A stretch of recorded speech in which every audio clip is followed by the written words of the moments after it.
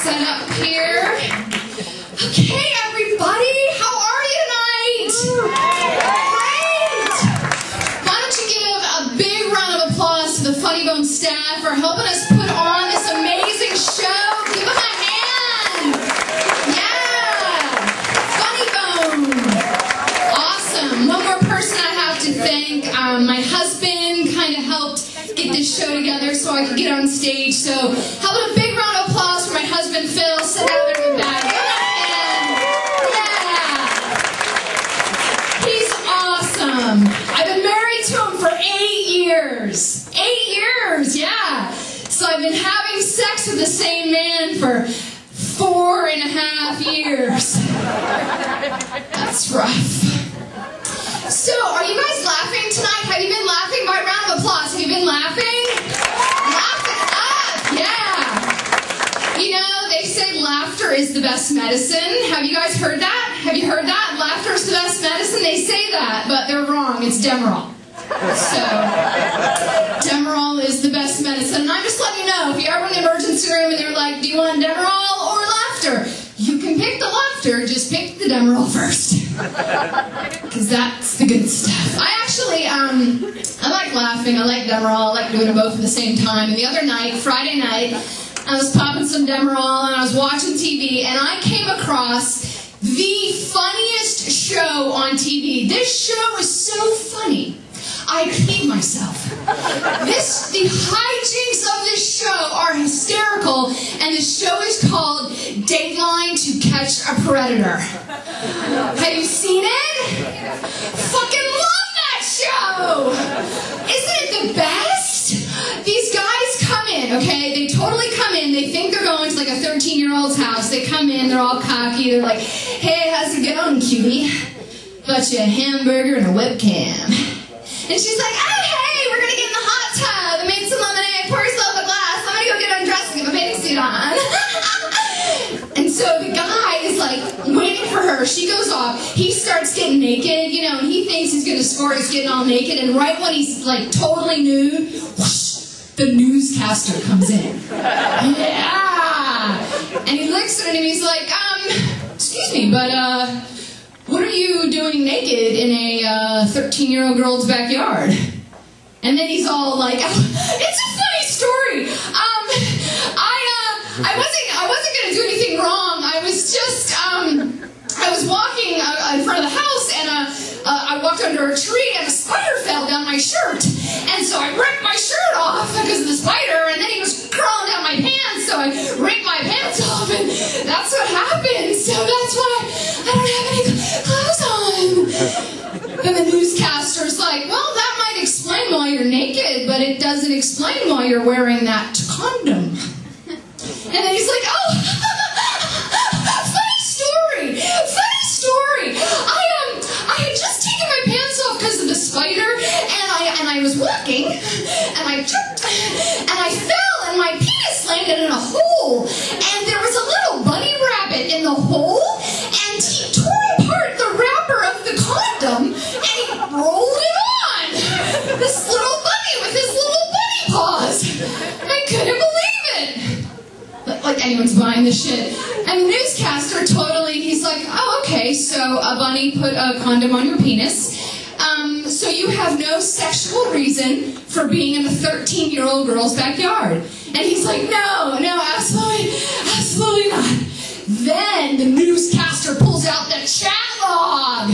Oh, yeah, that's when it gets good. He's like, it says right here that you wanted to masturbate on her cute little 13-year-old face and then flick her nipple. You said that right there, and that's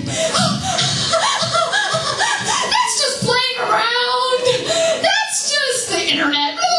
You know, I didn't mean it. I wasn't gonna fuck her or anything. I just wanted to talk to her. I wanted to tell her about life. And you know, I think these guys really get a bad rap because when I was 14, it was hard. Being 14 is hard. Ladies, by a round of applause. Isn't 14 a hard age? 14 is a shitty age, you know? You barely got boobs. You got like 3 hairs.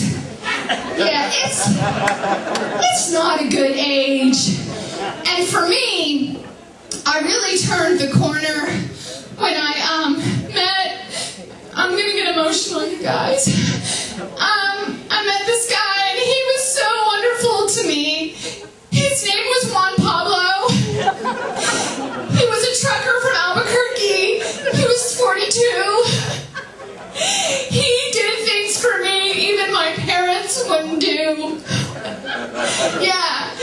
He brought me Mike's Hard Lemonade.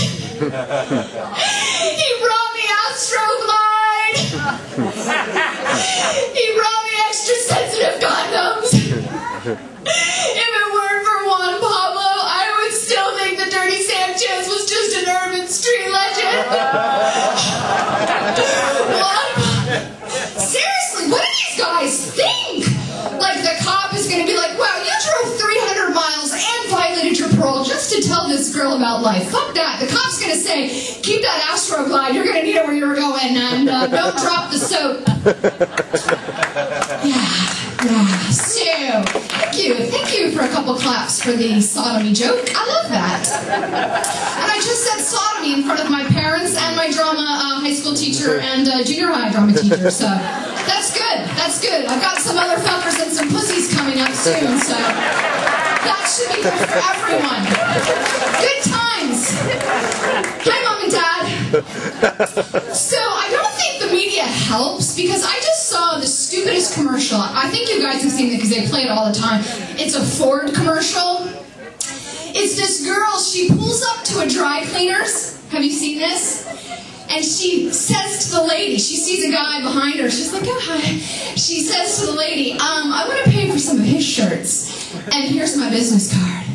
And then it says, Bold takes initiative. Fuck that, Ford. Bold will get you raped and killed. You do not give your business card to some jackhole that pulls up behind you to dry cleaners just because he sort of looks cute in 2 inches of fucking rear view mirror that you're looking at him in. Seriously, you are 2 roofies and some duct tape away from having a funny smell in your neighbor's garden. Yeah. Bold takes initiative. Bold, get your fucking ass a vibrator and stay the fuck home. Bold takes initiative. Stupid bitch. Fucking commercials, man. I saw another stupid commercial. It was an anti-drug commercial. And it was so stupid. It was a cheese ball can, and it had one little lonely cheese ball in the can. And the voiceover says, if you do drugs, this is what your kid's brain's gonna look like. No, like, that's fucked up, because no stoner ever left one cheese ball in the fucking can. Okay? Stoners are the kind of people that would not only eat all of the cheese balls in the can, they would get a pair of scissors to disassemble the can so they could lick the cheese powder from inside. Then they would reassemble the can to form a bomb. That's what stoners would do. That's what stoners would do. So I have 2 sisters, and they both are having babies now. They both have both my sisters have 1 boy, so I have 2 nephews. And it sort of got my clock a little ticking, and I'm sort of thinking about the kids. But you gotta be careful with kids because you name kids. You know what I mean? You give kids the name they're gonna have for the rest of their life. So you gotta be careful to not give them a jinxed name. You know? You don't want to name your kid Adolf. You know? Not gonna do that. Not gonna get a lot of friends with the name Adolf. Don't want to name him Judas. That's got bad juju. Not a lot of moms naming their kid Benedict. Not a lot of Benedicts out there, so I just wish my sisters understood this because I feel bad for my little nephews. So the other day, I sat them down and I just looked at their little faces and I just told them, I'm going to be there for you no matter what, okay? Tupac, Biggie. That's my time.